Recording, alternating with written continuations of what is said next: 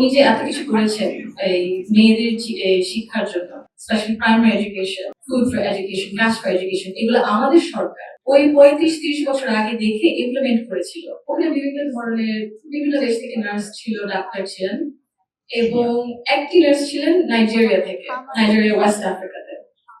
আম্মা আব্বা একদিন দাদুকে সকাল সকাল দেখতে গেছিল। নার্স তারপরে বলেছে যে, ও আমি তো আপনার মাকে চিনেছি। আম্মু আব্বু বললো, কিভাবে? আপনার মাই প্রথম ইলেক্টেড প্রাইম মিনিস্টার বাংলাদেশের না? আম্মু আব্বু তো অবাক, হ্যাঁ আপনি কিভাবে জানেন? তো নার্স তারপরে বললো যে, আপনাদের যে উনি যে এত কিছু করেছেন এই মেয়েদের শিক্ষার জন্য, specially primary education, food for education, gas for education, এগুলো আমাদের সরকার ওই 35-30 বছর আগে দেখে ইমপ্লিমেন্ট করেছিল। আর ওই কারণে লক্ষ লক্ষ মেয়েরা গ্রাম অঞ্চলে, ওদের দেশে গ্রাম অঞ্চলে বিভিন্ন জায়গার সদরে এখনো শিক্ষা পাচ্ছে, অন্তত প্রাইমারি এডুকেশন। শেয়ার করে এখানে করবো আপনাদের সাথে।